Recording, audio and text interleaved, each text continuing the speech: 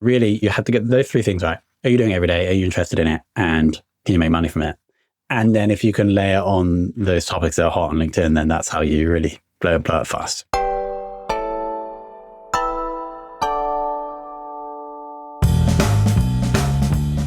Hello and welcome to this episode of Confessions of a B2B Marketer. And today this is one of me being a guest on another show. Now, that show is called Confessions of an EOS Implementer. And in this episode with host Ryan Hogan, I break down the whole LinkedIn saga. So for those of you that don't know, I recently took some forced time off LinkedIn for reasons that we'll go into in this episode. And I explain the whole story and what happened and how I got it back after being temporarily restricted for 6 weeks.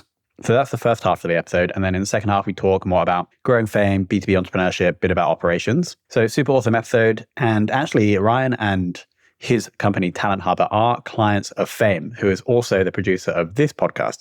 So if you like a podcast like this or like Ryan's show, just head to fame.so, request a proposal, say that Tom sent you, and I'll make sure we take care of you in that process. So let's jump into this episode right now. I think everybody here probably already knows Tom. And so Tom is not an EOS implementer. And so the question might be, what are we doing here? And I think we're changing things up. And what's interesting is you could look back on this and say, oh, they planned this all along. Where did Tom go? Now Tom's back and now he's doing a live cast. But Tom, welcome to the show and jumping right in. Where have you been for the last few weeks? So this is presumably because you may have seen me on LinkedIn before, but then haven't for, it was about 7 weeks actually. So it's been such a roller coaster. I'll tell the story of pretty much all the details. If that's what you want, if that's what you think is going to be good. I think it's going to be great. And I'm also deeply curious. From the peripheral, I saw some of the emails. I think I even took action. I DM'd someone saying, let Tom out of jail, out of LinkedIn jail. We should clarify that. But give us the whole story. Yeah, okay. So the background here is that to grow a LinkedIn profile, or to grow it fast, and I grew from 25,000 to 125,000 in 3 months. So to grow fast, you really have to make sure that every post that you post is a banger. And so the best way to do that is to not copy other people, but to understand what other posts in the past have done well, and then use that to inspire your posts. Now, anybody who's growing fast on LinkedIn is doing this. And everyone kind of understands that. No one copies each other word for word, but there may be some cases where you take the gist of the post and write it in your own words. So this was one of the strategies I was using and I used to go from 25 to 125K. Now, enter the character, which I'm kind of happy to name. I don't even know if she is really the person operating her profile. And we'll get to why I think that later. It's a lady called Bridget. I won't say her surname because I don't really want to call people out. Anyway, Bridget, absolute legend in the game. I must say first, 4 million followers, some absolute banger posts. And so in the HR space, big inspiration for me. I was obviously using her posts as inspiration for some of mine. Now, Bridget didn't like this. It doesn't seem like she's playing the game that everyone else is. I will get to why I think that later. And so Bridget made some complaints about my posts. Initially, I just kind of shrugged them off. I didn't really understand the impact of that. So then she made a couple more. And what this essentially led to was my profile being temporarily restricted because LinkedIn were taking those complaints at face value. They were believing the complaints. So as this happened, obviously the LinkedIn gets taken down about 7 or 8 weeks ago. And what follows is this 7-week journey of legal dress to eventually get it back. I'll pause here. Any questions before I jump into what we did and how we got it back? I do, but I feel like it's going to take us off track. I'm curious of how you grew the profile. I'm curious of why you chose the HR space, but I want to save those for later because this story is already incredible. And I think we should finish this and then get into growth strategies for LinkedIn accounts. Love that. So the first thing we did was just try to understand what's going on and understand Bridget and what she's been doing. And just through some rough Googling, I was able to clearly see that Bridget herself has been employing this technique to the extreme, e.g. for the last 4 to 5 years. Specifically of this one guy, another guy, I won't give the surname, but another big name on LinkedIn, 1.2 million followers, called Oleg. And so I was like, how can she make these complaints about me when she's copied these posts? I said that to LinkedIn. That didn't have any weight. No one really cared. I was with this lowish level support person. And again, I'm not slagging off LinkedIn. That it wasn't really giving me time of day. So I got the lawyer. We wrote the counter notice, which is what's it called when someone makes a copyright complaint against you. This was ignored or rejected by LinkedIn. And so what they were basically saying is that you have to prove you have copyright over these posts at the time they were posted in order for you to get these complaints taken away. And so probably the stupidest thing I did was I went and actually got the 3 posts in question registered under copyright in the US, expedited. It cost $2,400 to do that, which is kind of a stupid thing because I sent them to LinkedIn to prove I had copyright, but then LinkedIn obviously like, well, you have to prove before the time they were posting it. So that was just idiot, like $2,400 down the drain. So then essentially where we came to at LinkedIn is that they said, you just have to get this lady, Bridget, to withdraw the complaints. And so at this point, she has like never responded to anything that I've sent her, that my lawyers have sent her, offering her cash, like 6 figures where we got to cash to withdraw the complaints. Didn't reply to anything. She was opening emails, but again, I don't know if that's her or her team. She's got 4 different email addresses. So then I'm like, okay, what else can we do to try and like get her attention? Because it's the only way I can get my profile back. And so then we did a post from Fame LinkedIn asking people to message her being like, can you respond to Tom? I think like 100 to 150 people messaged her being like, can you respond to Tom? Absolutely nothing. Absolutely nothing. And so I'm like, okay, the future of my business career, because this is how important LinkedIn is for me, I think, is like in the hands of this lady. Like, what are we going to do? At this point, a second plan emerged. If we were aware that Bridget has been essentially copying these posts, what if we could reach out to the people who she'd been copying and then submit complaints against her? I know you need about 3 to 5 complaints in order for a profile to be temporarily restricted. That's what happened to me. So at this point, we'll be bringing Igor, who's like a Russian deep web researcher. And so I'm like, Igor, can you just spend time and money working out how Bridget's been copying these posts? And we found about probably like hundreds of examples from about 20 different people that she copied. And so then my job was to reach out to them to be like, can I be your authorized agent to submit copyright complaints against Bridget? As we were doing that, we discovered Oleg, this guy, and we discovered there's about 50 examples where she copied Oleg. So I emailed Oleg and I'm like, Oleg, can I be your authorized agent to submit these against her? Oleg, absolute legend. He was like, yeah, do what you want. We love Oleg now. Oleg's absolute legend. He's kind of off the game. So I'll share this one. Oleg Vishnopolsky, go and follow him. He's kind of doesn't post anymore, but his posts are OG, like level HR viral bangers. So at this point, me and this Igor, the Russian researcher, like he's pretty significant. So we found another guy, developer, who used the LinkedIn API to export 2,000 Oleg posts, 2,000 Bridget posts, used AI to compare them. And that gave us these 53 examples that were like clear. Some of them were altered copying, which is a legal term for like just moving words around or like changing words. And some of them were like blatant. And so then I submitted 53. You had to submit this long form. I personally submitted 53 of these copyright infringement notices against Bridget as Oleg's authorized agent. And only then did someone in LinkedIn be like, okay, what's going on here, Tom? What's the objective? And this guy called, I won't say his name, but a guy from LinkedIn support, absolute legend, really, really helpful, actually took the time to understand the situation. And he didn't want a big dispute between 3 creators. That's what he said. So he was like, Tom, why don't you resubmit your counter notice? And he couldn't like tell me what to do because they can't really advise. But he's like, Tom, let's just like forget about this and maybe just resubmit your counter notice. I'm like, okay. So I speak to the lawyer and then we resubmit the counter notice. They're essentially saying that Bridget can't have copyright of these posts because of all these examples that she's taken from someone else.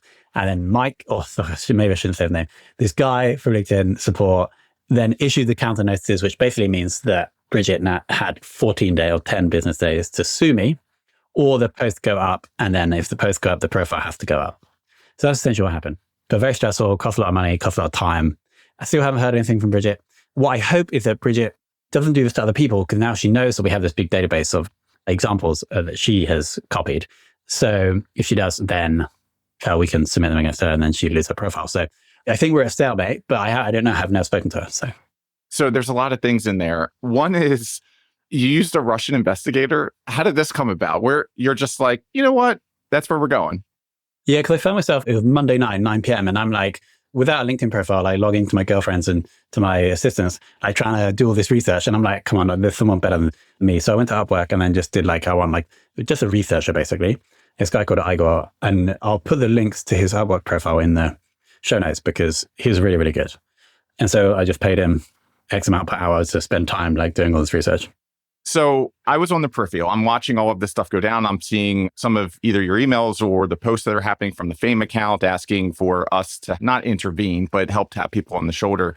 And what I'm thinking to myself is, what is going through Tom's head right now? Because I know you're obviously scrambling. And one of the things that you've already said is my livelihood, my business is on LinkedIn right now. And so this meant everything. And I remember I was having a meeting with Jay. We're obviously a client of Tom and Fame, a very, very happy client. And talking to Jay, and I'm like, hey, like, what's Tom doing right now? Is he just like doing laps around the office? Is like he just pacing back and forth? And he's like, I don't know. He seems okay. But like, I probably wouldn't have been okay in that. And so like, what's going through your mind when you're like, everything that I've built over the last 3 years to get to this stage, to have posts that are getting thousands, if not tens of thousands of likes, millions of impressions. And like now all that is out the window. What's going on? Yeah, I think it was hard to focus on other things because this was, basically, whenever I'm doing work on the business, I'm like, what's the next big thing that's going to move the business forward? And until there was literally no doors open, getting the LinkedIn profile back was always the biggest thing. And so I spent literally like 50% of my day probably on this project, researching or doing work or writing emails, etc. So I had that to focus on, but it was still like, I don't think I was a very good company for the past 6 weeks. What I did, it was like I went into wartime mode. So I like stopped drinking alcohol. I stopped drinking coffee, got in the best shape of my life because exercising like twice a day. So looking back at it, it was actually like a really positive, or like I learned a lot and I developed a lot. But during it was like very dark because not only like super useful for Fame, primarily not on the customer side, but on the hiring side. And so as you're growing, or a crucial part of any service business is, as you know, is bringing on the right people. And so that account manager, which is the key role for us, pipeline was like drying up. And so this was like the big stressful factor. But overall, looking back, I'm happy. Like it was a good experience. So some of those things you just talked about are incredibly good habits to continue. When you got all this put back together, maybe you popped some champagne, but are you staying on that routine, or are you like, no, it was good for the stressful periods, but now I'm ready to go back to normal? Yeah, I feel like when things are going better, I get a little bit like more sloppy. Like I'll drink more, or like drink more coffee, or eat more carbs. Which this week, so I've had it back since Monday, it's now Thursday. This week I've been okay. But yeah, I haven't celebrated yet. Maybe celebrate this weekend. Got it. And it was Sunday that you posted with the chair post. Yeah. So it went down on the 10th of June and then 28th of July, I got it back. Do you want to hear the story behind the chair post? I do. I had to hear it. And so I know, but I only know because someone on your team told me. But yes, what is the meaning behind that? God, yeah. So you know the GameStop saga? There's a guy called Roaring Kitty who was big on Reddit, YouTube, and Twitter. And he was mainly responsible for blowing up that stock because he put these big bets on and it was going up. This is in 2021, like COVID times. But then as that whole thing unwound itself, he had to testify in front of Congress and probably got in some kind of legal battle. That was 2021. No one hears from him for 3 years until 2 months ago, he posts this one image on Twitter, which is just a meme of somebody sitting back in their chair with a game controller and then like an arrow showing them moving forward. Because that's what you do if you're ever playing a video game. You always like sit forward when things get serious. And it's actually a meme posted by the French PlayStation account like 5 years ago. And the caption was like, when the game gets serious. So he posted that. And so I was like, following that whole saga is amazing. So I was like, okay, I'm just going to do that. We changed the colors to Fame colors and then posted that. It was quite a funny post, but if you look at the performance of it compared to any other post, it didn't perform very well, obviously, because it's quite a niche in joke. But that's very personal. Like, who cares if nobody gets it? Because you just got your account back. So now you've got all this time. It's more for you and your headspace to be locked on. I am curious about kind of the future and where you see this going, but what lessons did you learn? So when we think about, you had a lot of your business kind of tied up, and it sounds like not on the client side or not on business development. I'm sure it helps tremendously with business development, but it sounds like you utilize LinkedIn quite a bit for talent. This reminds me of many of my past businesses and different channels that we relied upon that we didn't necessarily have control over. So one of those was Facebook. We used to spend at Hunt to Killer, we would spend 100. When Eric Carlson was running it, there was probably one time we were spending $140,000, $150,000 per day on Facebook advertising. Apple comes through, iOS 14.5, blows everything up, algorithms are destroyed, and now we have a very inefficient and ineffective advertising channel, and that's where 90% of our revenue came from. And that was a pretty tough lesson in when you don't control it. Had a similar thing happen with a company I used to have called Run for Your Lives. And it was again Facebook, but it was before advertising and it was groups. And so we relied upon the groups to be able to get the word and followings of the page. Because when you would post, everybody would see it. And then they developed advertising, started selling attention. But twice I've been burned by this. So when you look back on this experience and what you've gone through, what are the lessons learned and what are some of the things that you're starting to think about now as far as moving forward? Yes, the age-old challenge with owning the permission asset on any social platform. You don't really own that permission asset. It can be taken away at any time. Whereas email, 100%, is only a spam folder that sits between you. No one can take that subscriber away. And podcast is kind of like that because most people do listen to podcasts through Apple and Spotify, but they very rarely will ban you from their platform. So it's moving people from these social channels to own channels is obviously something we should do. But then diversifying our sources for both hiring and customers is something that the ops team and the growth team now have projects to do. In terms of what I learned about myself, here's quite a personal thing, but I've been trying to learn Italian, and part of that is watching this TV program, absolutely banging show called Gomorrah, which is about the mafia in Naples. Anyway, it's 4 seasons, beautifully shot, but there's these 2 main characters who are the 2 gangsters coming up in the game. And most, every other episode, something really bad happens to one of them, not losing their LinkedIn profile, but their wife or child is going to get killed, And they just go through hell throughout every episode of all these series. And there's this song that's played at the end of every episode, typically as the character either won something or they're going through hell. So I've been listening to that song a lot, and we can link to it below.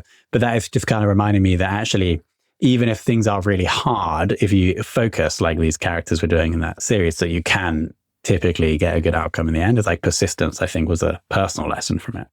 I agree. I look at this as resilience. I think one of the fundamentals, there's no negotiation for this. Entrepreneurs have to be resilient because you're going to get knocked down every single day and you have to be able to get back up. And some of the problems that we face, like in your story, it takes a lot of work and a lot of effort. The interesting thing here is it's hard to explain because when you don't have control over a situation and all you can do is keep trying, it is absolutely one of the worst feelings out there because all you can give is your effort. All you can do is solve the next problem. But at the end of the day, you don't have control over the outcomes.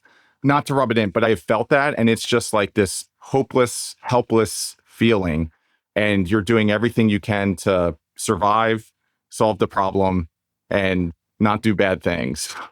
Exactly. The other key thing to remember when going into a crisis like that is that you have to be, obviously you're going to take significant and often extreme action, but you have to be a little bit cautious in that some of those actions you take could actually make the situation worse. And so I definitely did things. One example of paying the $2,400 to get the copyright, that did make the situation worse because the business had $2,400 less dollars. Now, obviously that risk wasn't too significant, but there are other things other legal risks that I probably took that could have had worse impact. So I think that was a learning as well. Try not to spiral down this loop once you've had one minor loss and try to get back to where you were, but not go further down. Yeah. And how do you lead a team during this? Because we're talking all about the problem. You still have a business to run. So yes, you've got this crisis going on over here. You've got to solve it. You also have to lead your team. And so what did that look like? How did you keep on probably a happy face? Because I'll tell you, Jay was not that he said I don't think he cares, but he was I really haven't noticed a difference. So you were obviously holding it together for the team while at the same time, maybe a little bit of panic / a lot of crisis mode on the side. It's got to be, this is the thing you have to be as an entrepreneur. You have to be a psychopath, you have to completely out of your mind. And I think this is the thing for any entrepreneur, anything goes wrong in the company, you have to be quite careful about how you seem or communicate to other people in your business. So it's just another test like that.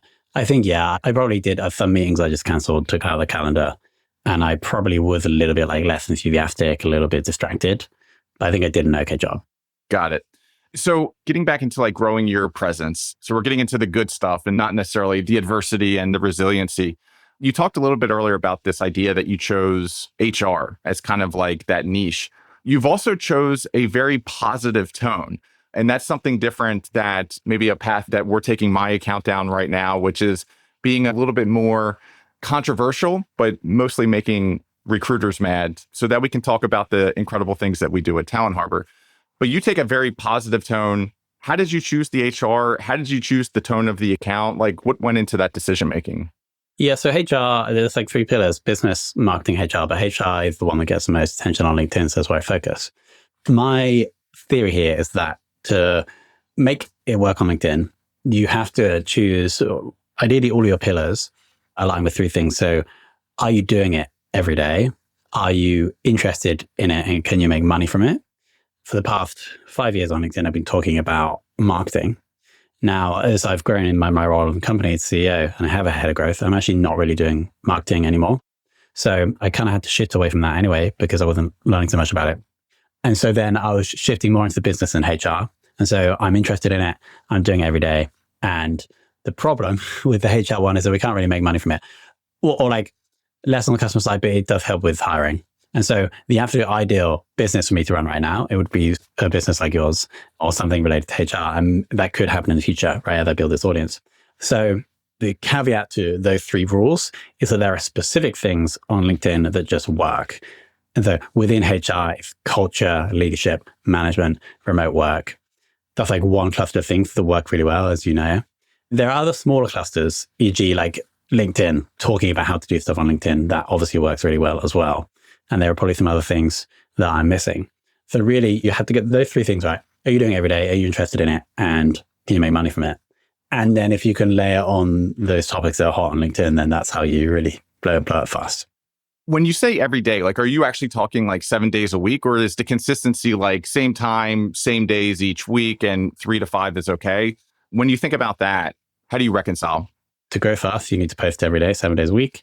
And it needs to be, probably doesn't have to be down to the minute, but it does need to be at a similar time. People will like ideally get in a habit of waiting for your post and then commenting.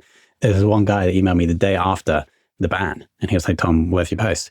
That like shows that you do actually, it was only one. It shows that you do have some fans. That's awesome.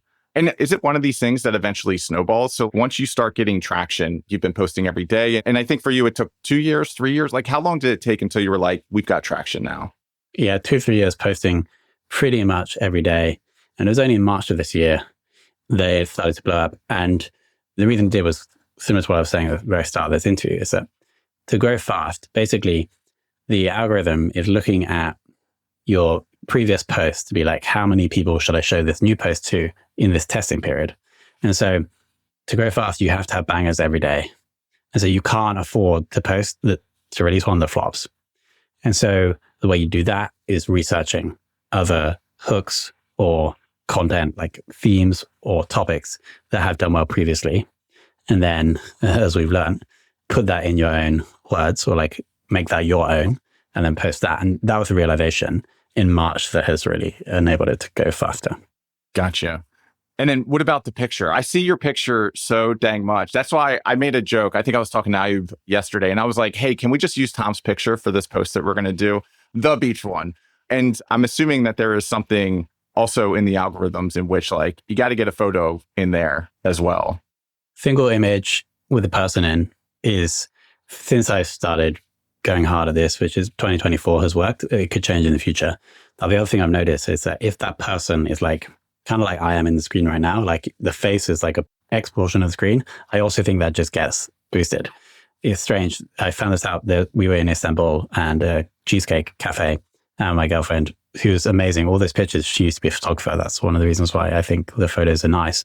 She sees this photo of me. And whenever I do a post from that cafe, and because my face is like X proportion of the screen, it just pops.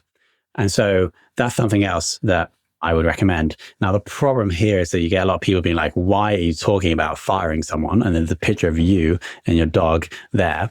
These are just like sacrifices you have to make if you want to grow, I think, like looking like an idiot.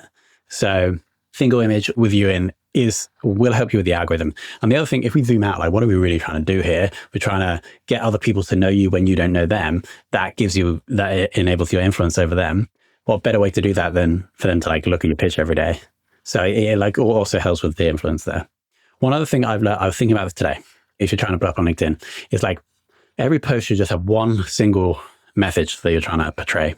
And a key skill is taking the piece of content or the story and then pulling out the message that's going to resonate. So I did a post today, which I think is doing quite well. And it was essentially about somebody for the first time ever, like seeing me in real life from LinkedIn and coming up with like, hey, Tom, are you from LinkedIn, etc. And so if we think about, saw the post, cool. So first we got a single image with 2 people in there. So that's probably going to help. Not the best picture, but it was a picture of that situation. So it's relevant to the post, which is good.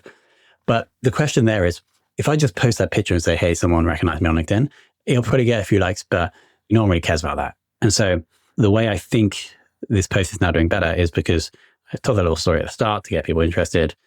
Starting post with a little story at the top always pops off. But then the kind of ethos there is that guy, I never heard of him before, and he never commented or liked on any posts. And so the core message I was trying to get across was like, you creators keep posting because there's all these people that you'll never know that you're impacting and you're improving the lives of. Because the guy came up and said, hey, I'm bootstrapping my own company. You've been really inspirational for me. And so that's a key skill, I think, is pulling out the thing that the audience actually cares about and making that only one point in that post. So that's something that I was just thinking about today. I love that. And to your point of people, I think you even called them in your post today, lurkers. And when I think about the amount of times that I scroll and I take no action, I don't like it, I don't comment, I don't do anything, but I still consumed it. Thinking about how many impressions that we have on people. And sometimes it comes up in conversations, like people that I haven't connected with in years kind of know my story and know kind of where I'm at professionally at this point. And it's because they follow, but I haven't heard from them. They haven't been in my DMs. They haven't liked the post. They haven't done anything. And so I agree with you. I'm by no stretch am I walking out of a football stadium and someone's like, oh, I saw your LinkedIn post. But I agree. Not yet. Well, there we go. When you talk about the comments that are in there, so like, let's use one of the comments of, hey, you got a picture of your dog. You're talking about firing people. Like, what gives? There's also like, it gets much worse than that in the comment section. But as you're scaling, like you have to grow thick skin or become accustomed. Like my tactic is I never look at the comments and I can't. But how do you deal with that? Especially like when you were growing your own account and you were starting to get to that inflection point and there's toxic people out there. Yeah, my view here is that it's very easy to say, but you have to step back and try and be less emotional about it. If you have a post with 200 comments and there are 5 calling you an idiot, you can probably logically be like, okay, this is probably fine. And the upside is that those 5 comments are helping your post get seen by more people. And so actually quite a good strategy is to reply to those 5 comments in a way that is not like being offensive to them, but kind of draws even more comments. It's just signaling to the algorithm that the content is interesting. And so it's like stepping back, being like, okay, it's only like 2.5%, plus it's helping me get this post seen more. Now, there's probably only one post that I've deleted myself because of the reaction, and it was a post about firing someone. The ethos of the post, I think, needs to be heard, which is that firing should be like a fair process. You shouldn't be just like surprise someone and get rid of them. It should be like, okay, this is not working. I'll help you find another job, you know? And so that's a great message. However, the hook of the post was like, I fired someone yesterday. And so it was more than 2.5%. It was maybe 25% of the comments were like, why are you bragging about firing someone? So at that point, I was like, okay, I'll delete it. That's totally fair enough. But if it's only less than 5%, then we should use this to our advantage. Got it. So making certain people who aren't your target client profile is okay to be able to increase the engagement and get it into the window panes of people that need to see it. Exactly, which is what you're doing really well at the moment with your post, by the way. We're doing very well. Thank you. One thing that I saw, it had to be a recent post of yours. I think it was a recent post, but you talked about your growth and it was like 2 years or 3 years to get to $1 million, and then the rest was history. What happened? And was this Fame? Actually, maybe we should start with the story. You run Fame. What's the background? What's the story? And then I'd like to get into how much effort it took to get to $1 million, and then why that boulder feels like it's going down the other side of the hill now. So I spent 8 years trying to sell things on the internet, and I building businesses because I basically realized I couldn't be employed, so I had to be an entrepreneur. And I couldn't code, so I was like, okay, I need to market, and I wanted to do it on the internet. So online marketing is basically what I did for 8 years. Started loads of stuff, like 14 things, and nothing really worked. And so then 1 year, I was like, take a break because I didn't have any money to work at my friend's company as head of demand generation because I'd learned enough about marketing by then. And this was 2018, and we all sold sales software. And so like the masterstroke was to start a sales operations podcast to focus on this customer persona that I thought we should target. So long story short, that show did really well for my ex-employer. And fortunately, when I said I want to go and do this full time, they said, yeah, we'll be your first client. So shout out to Epster.com. And then all we've done, there's one guy called Clay in the Philippines who was in my team at Epster. He came with me. And then all we've done since then is just tweak and improve that process and now implement it for roughly 100 clients. But you're totally right. It took, I think, to get to 1 million ARR would have been maybe 3 years, 2-3 years. So the grind. But then we've been able to go from 1 to 4 in maybe 2 years. So your question was, why do you think it took so long? Maybe. I think what I'm most curious about, because it's hard. And I think a lot of times, like, we discount how hard it is to get to $1 million. But the thing that's fascinating is with your story is like, once you got to 1 million, then things started moving very fast. And what is kind of the cause? Like, have you identified something you're like, oh, it was definitely this? Like, these 3 things kind of came together around the same point. We were just starting to get momentum. What was it for you? I'm just getting out now. I think the Jim Collins' concept called the Flywheel, which is essentially what Jeff Bezos uses at Amazon as well. And I only codified this in a diagram last month. It was actually whilst the LinkedIn was down. I was like, okay, I read all these Jim Collins business books. Anyway, so I think this is probably the biggest reason. Well, actually, this and my LinkedIn are the 2 reasons why we're able to go so fast. I think when the LinkedIn popped off, maybe it was like 3. And so it went to 3 to 4 in quite a small amount of time, maybe 6 months.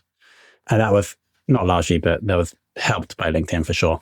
But the reason why I think it got better is because the Flywheel I'll talk about in a second, we now can turn it much faster than we were able to do 2 or 3 years ago. So I'll quickly explain the Flywheel. And this is nothing about podcasts, so it can be applied to any service business, I think. So first we have to acquire clients cheaply, e.g. not spend loads on marketing to acquire them. And I'll explain why in a second. Now, obviously, once we've done that, we need to hire and train great values aligned people. And then once we've done that, we need to make sure we're improving the service every time. And that will happen if we have the right people. And then obviously we need to make the clients happy. That's step 4. Now, going back to acquiring clients cheaply, it's much easier to acquire clients cheaply if our prices are not super high because we haven't spent loads on acquisition. And so once we've then made the clients happy, we will then get more referrals, more case studies, more word of mouth, and more virality. There is some virality in our service. I can explain that if needed. And then obviously all that stuff will lead to acquiring clients more cheaper. And so that just keeps going and going. Now, obviously when we're like 1 million and we had maybe 15 clients, we weren't as good at clients cheaply. We weren't as good at hiring great value aligned people. Service wasn't as good. Clients weren't as happy. And so we weren't getting as many referrals, etc. So that then was making the flywheel slow down. But then when we got to 3 million and we've been improving all those things for 3 years, it started to speed up. So I think it's super important for anybody trying to get to 1 and then like beyond 1 million is to try and identify what the flywheel is. And then that's really the focus of your time, the entrepreneur, is to put people in place, or you yourself go and improve those different aspects of the flywheel. So that plus LinkedIn, I think, is the reason why it got easier to grow later in the life of the company. Gotcha. And when you're going through some of this, I've heard it referred to sometimes as whitewater. So whitewater, where like your systems and your processes that you built for $1 million business aren't necessarily holding up for a $3 million business. What did that mean for you? When you look at this flywheel, are you looking for which parts are being stress tested and which ones are kind of breaking? And then you're focusing on those and kind of patching that up. How did you kind of fix these systems as you were growing? Yeah, so I don't think I would look for them. It's like very obvious, the problem, because either the clients are not happy, the team are not happy, or the freelancers are not happy, or the partners are not happy, or the shareholders, in this case, just me, are not happy. And so your job, I think, as the entrepreneur or the CEO is to understand the happiness of the 4 or 5 different parties and then build a solution in the middle that makes everybody sufficiently happy. Now, you can't make them all 100% happy because that's not possible. And so let's just say like customer churn would tick up in a quarter. Then we'd be like, okay, so maybe we need to not increase the prices, but increase our salary band for the account managers to bring on more experienced or high quality account managers. So that's an example of that. With the ops function, this happened 1 to 2 months ago with our finance function. Like we're probably quite underinvested in finance, I would say, and we're just using spreadsheets, don't really know how to use Xero. And so when you have to like manually create 100 invoices a month and loads of mistakes. And so then we're like, okay, how do we simplify this? Maybe bring in a slightly more experienced finance person into that role. So yeah, it's not easy to see the issues. It's more about how can you tweak the system that you've built to rebalance the happiness. It's like super easy to probably make the shareholders happy because you just increase prices, cut pay, or don't give pay rises. But then that's quite short-term happiness for the shareholders because in a year you might not have a business. And so I think here's what I try to think about is how to make all these different parties happy. You talked a little bit about virality from a marketing standpoint. Like, how are you building virality into your experience, into your products? Yeah, I call it service-led growth. I'm super I believe a famous retention is the foundation of growth. And obviously because you get word of mouth and more referrals, and then you can acquire clients cheaply, that really helps our flywheel. And so then also as you're retaining those customers, if they can expose other potential customers to your service just through the use of your product or service, and that is obviously going to help. Now in SaaS, this is quite well documented because the best example I have is there's a mind mapping software, you pay $30 a month, but then you publish your mind maps and have this massive mind map database that ranks really well for SEO. And then all that traffic is exposed to the software, right? And so that's a great example. A little bit tricky in services. What we have done is for every show we have in the show notes right at the bottom, it's this show is handcrafted by Fame. If the client doesn't want it there, we take it out. That's absolutely fine, but that's default in. So that's one thing. When we launch a show, we'll post about it from our LinkedIn page. And then we typically will get a client, the client's comment or sometimes share. And sometimes when they share that, they'll tag us. So that's another example of virality. So it's for service business, how can you have your client expose other potential clients to you, to your brand, if they're using your service? And so I call that service-led growth or virality another term. When you think about growth, there's a couple different ways to think about it. You can grow the products or the service that you have. You can start to introduce new products and services. You have chosen to introduce some new services. And obviously, these services are right up your wheelhouse and very much a competency that you guys have. When you think about growth of the company, how big are you trying to get and how many different services are you trying to have? Really good question. Next milestone is $10 million a year. So we have to go from 4 to 10. I think we can get to 10 with our current service offering. And so one, we have our main service, which is the podcast service. And then we have 4 supporting services, which is help with social, email, booking clients on other podcasts, and then internal podcasts. The reason why I would structure it that way, instead of just having 5 services, is because I think a key part of our success is just having super crystal clear positioning. E.g., we are the B2B podcast agency. Now, as soon as I actually did test this out when we launched these new services early in the year, we basically become a audience growth agency or a audience first demand generation agency. Now, no one knows what those two things are, And so I tested it and we saw a drop-in proposal request. So I'm I don't think we need to do that to get to 10. So let's just focus on what we do best and keep the positioning that we've had and that's worked for the past 4 years. And then just have these supporting services that we don't necessarily market for. But if we have a client that comes in and we think we can help them with this, then we'll offer it to them. Got it. And you said something there that both resonated and we are thinking about on a weekly, if not a daily basis. And it's this idea of getting a crystal clear message. And in B2C, I won't say it was easy, but it was fast because you've got enough traffic coming to a website and you're looking at specific actions that people are taking on a website. But you need a certain amount of traffic to a website to prove or validate with some sort of statistical significance. In B2B, when you've got a new idea, you've got to go talk to 15 clients and you have to read their facial expressions and they haven't pulled out their wallet yet, but they said they're excited. But are they really excited if they haven't actually paid for the services? So 2 questions. One is, you have obviously found it. You have found a way to get crystal clear with that message. How did you discover that? How did you validate that? And then we'll get to the next one. How do you do that? I think it's a super good way to validate and start a business. And it only really works for B2B is you have a job and you probably do involved in maybe 5 to 10 processes in your job. Get really, really good and practice getting really good at one of those processes in your job for a year. And then tell them you're leaving and say you'll operate that process for them at some kind of cost that they think is palatable. The other advantage there is when most people leave a company, the message that gives to the other company is not a good one, unless you can say this person's staying on to do this thing. And so there's kind of upside for the company there as well. And so I was able to validate that this process could be profitable for a B2B company without taking any risk. So that was validating the service. Then the other 2 things to validate was the positioning of the company and then the tagline or how we sold it. And so the tagline and the way we sell hasn't really changed since we started the company. And maybe I was just able to get it quite close or right initially because I'd done online marketing for 8 years. But I basically just say like what we are and what we can do for your company. So we're the B2B podcast agency. We start and grow podcasts for B2B brands, and we make the most profitable B2B podcasts in the world.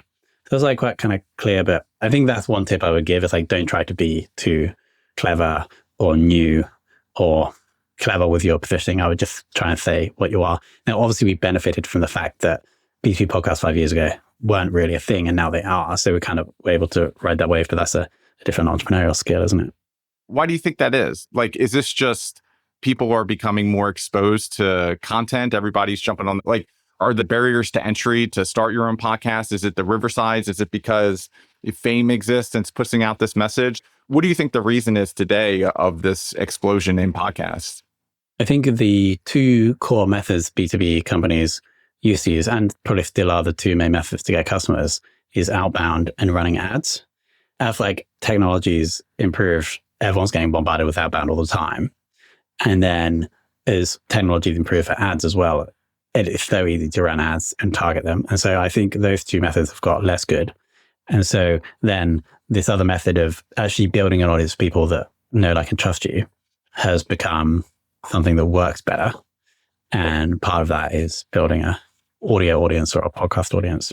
So I think that's probably the reason why more and more people have been coming over to this way of doing marketing. Got it. And you talked about ads a little bit. When you guys think about marketing, obviously it's been a lot of organic. It's been your page. It's been a podcast. Have you ever run ads? I think it's like part skill, part timing. But Google has brought us the most customers, and roughly half paid, half organic, but like very simple stuff. Like if you Google B2B podcast agency, we're probably one of the top 3 organic results, probably one of the top 3 paid results. And so maybe we're kind of lucky that more and more people are searching for that. And at least in the early days, there wasn't that many competitors. So we got the head start, especially on organic. If we were starting this now, that wouldn't work so well. If we started with a Google Ads or a PPC agency 5 years ago, it wouldn't have worked so well. So I think it was a combination of getting the timing right, but also I had the 8 years of online marketing. So I could do the Google Ads relatively well and then do the SEO relatively well. So no other paid has worked for us apart from the intent of the Google Ads. We've obviously tried it, but I think it's quite hard to convince a business to start a podcast if they're not already thinking about doing it. And so the direct response ads are just not going to work. And so our strategy, apart from like capturing the demand through Google organic and paid of people that actually are showing intent to start a B2B podcast, other strategy is to create demand or just like capture the attention of people that will have future demand, which is LinkedIn and my podcast. Interesting. I was going to ask about if you tried LinkedIn, but that makes a lot of sense when you talk about the purchase intent. Like there, you're kind of advertising and you're more pushing. With search strategy, people are already searching for it. So that makes a lot of sense. Last question, or at least last topic.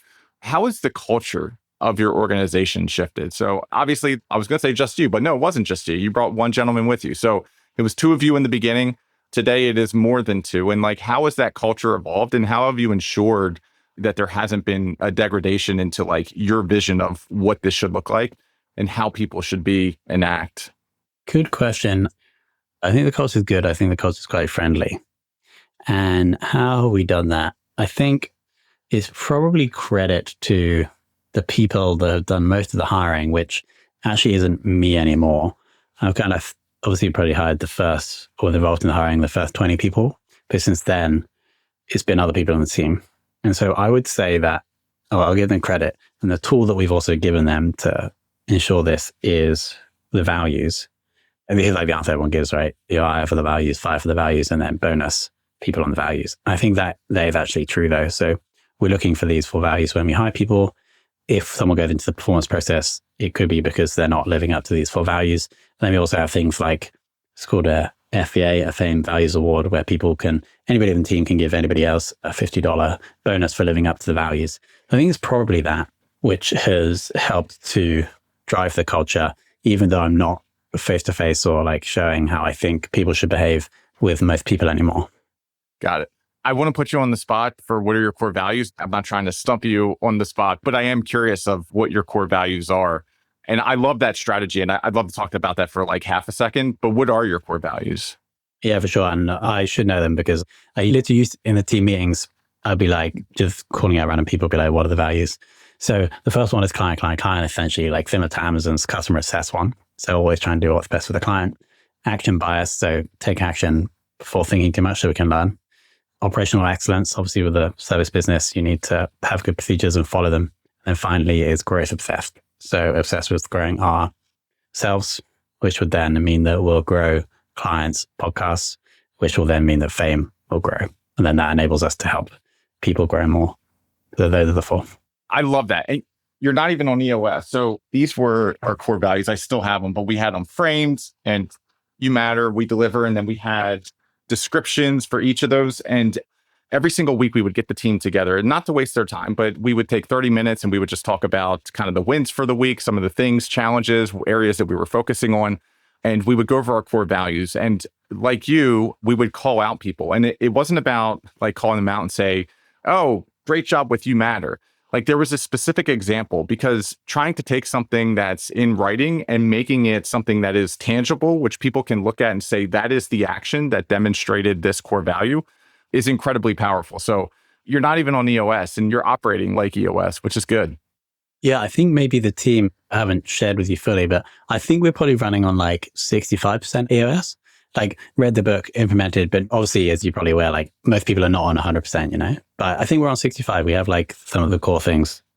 Like the people analyzer is a great exercise. That's probably my favorite one. Yes, it is. And we did a whole webinar yesterday on this. And so like when you were talking about core values and hiring for core values, like the people analyzer is incredible, but those people are already inside of your organization. So if you're looking at it and you're like, oh, plus and plus minus and minus and plus plus, or whatever the case may be, like now you have a problem that you have to deal with. And if you can start to bring those tools and principles into the hiring process, all the much better. And so I loved when you were talking about, when you think about interviews, you're interviewing for core values, who they are, how they come to work, how they behave.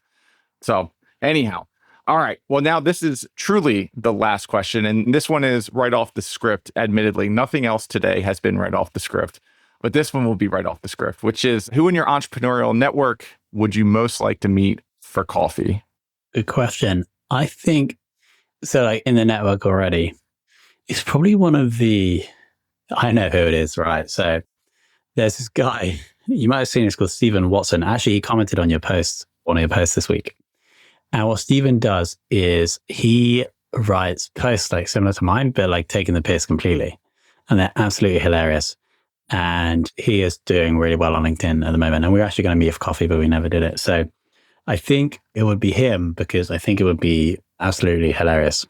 Awesome. All right, Tom, thank you so much for the time. An L10 meeting, start on time, end on time. It's 11 o'clock, but thank you for coming on. So many valuable things, how to grow your profile, how to deal with adversity. I know I learned a lot, but appreciate you and we'll talk soon. Thanks so much, Ryan. Looking forward to seeing you blow up on LinkedIn.